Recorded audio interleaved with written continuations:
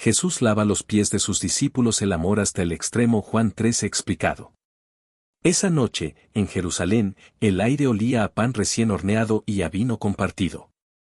Era la fiesta de la Pascua, y Jesús sabía que su hora había llegado, la hora de dejar este mundo y regresar al Padre.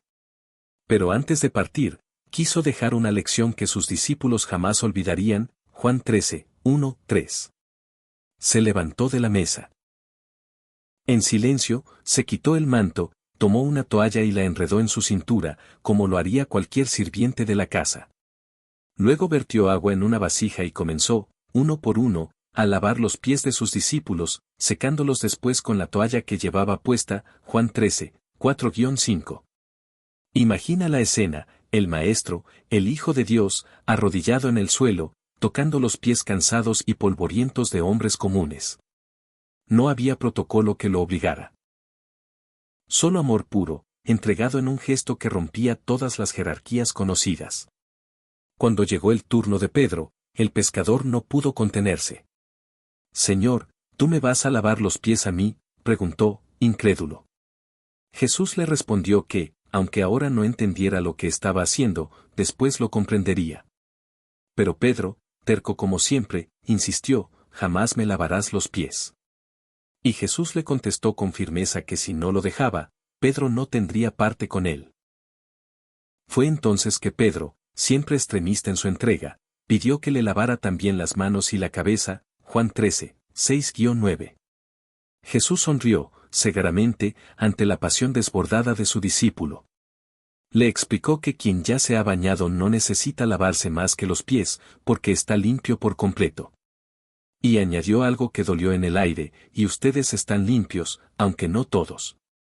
Con esa frase, sin señalar con el dedo, ya estaba hablando de aquel que lo entregaría. Juan 13, 10-11. Cuando terminó de lavar los pies de todos, volvió a ponerse el manto y se sentó otra vez a la mesa. Entonces les preguntó si entendían lo que había hecho. Él era su Maestro y Señor, y aún así se había arrodillado ante ellos. Si él, siendo quien era, había servido de esa manera, ellos también debían servirse los unos a los otros. Les estaba dejando un ejemplo vivo, no una teoría. Juan 13, 12-15. Les recordó una verdad que no debían olvidar jamás. Ningún siervo es más grande que su Señor, ni ningún enviado es más grande que quien lo envía. Y quien conociera estas cosas, sería bienaventurado si las ponía en práctica, no solo si las escuchaba. Juan 13, 16-17. Pero el ambiente cambió. Jesús dejó claro que no hablaba de todos los que estaban en esa mesa. Él sabía perfectamente a quienes había elegido, y sabía también que se estaba cumpliendo una antigua palabra. Que aquel que comía pan con él, había levantado contra él su talón, como un acto de traición íntima, cometida por alguien cercano. Juan 13-18.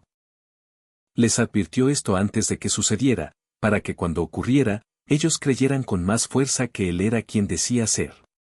Y añadió una promesa hermosa en medio de la tensión: quien recibiera a los que él enviara, lo estaría recibiendo a él mismo, y quien lo recibiera a él, recibiría también al Padre. Juan 13, 19-20. Fue entonces cuando Jesús no pudo ocultar más su angustia interior. Se turbó profundamente y lo confesó en voz alta: de cierto les digo, que uno de ustedes me va a entregar. Los discípulos se miraron unos a otros, confundidos, sin saber de quién hablaba. Juan 13, 21-22. Había un discípulo recostado muy cerca de Jesús, al que el propio Jesús amaba de manera especial. Simón Pedro le hizo señas para que le preguntara de quién se trataba. Ese discípulo, inclinándose hacia el pecho de Jesús, le preguntó en voz baja: «Señor, ¿quién es?». Juan 13, 23-26. Jesús respondió que sería aquel a quien él le diera un bocado de pan después de mojarlo. Y mojando el pan, se lo entregó a Judas Iscariote, hijo de Simón.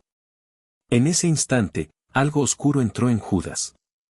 El texto lo describe como si Satanás mismo hubiera tomado posesión de su corazón en ese momento.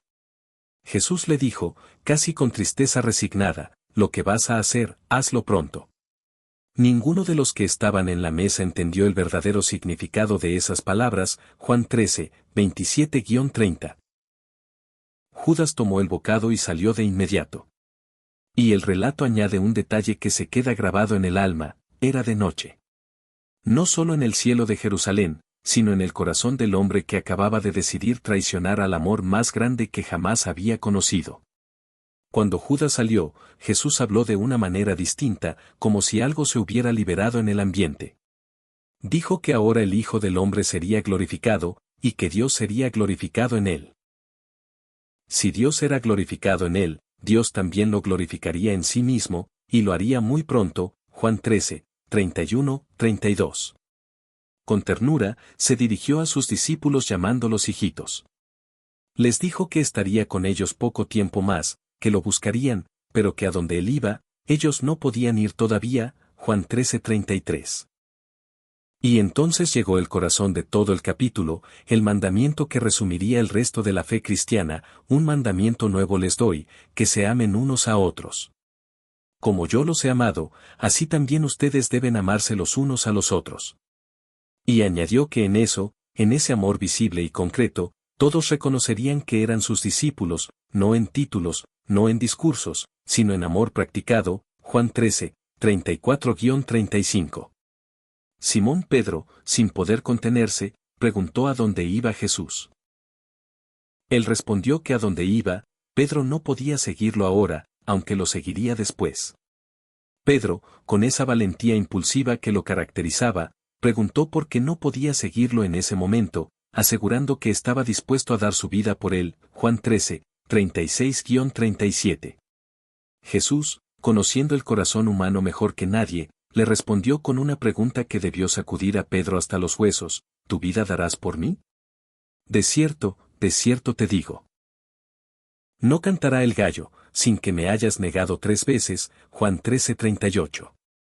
Así termina este capítulo, con una mezcla de amor profundo, servicio radical, traición inminente y la fragilidad humana expuesta sin filtros. Jesús se arrodilló ante quienes lo servirían mal, ante quienes lo negarían y ante quien lo entregaría. Y aún así, lavó sus pies. Aún así, los amó hasta el extremo. Si esta narración tocó tu corazón hoy, no olvides darle like a este video y activar la campanita de notificaciones para que no te pierdas ni un solo día de este recorrido por la palabra. Nos vemos mañana, en el siguiente capítulo.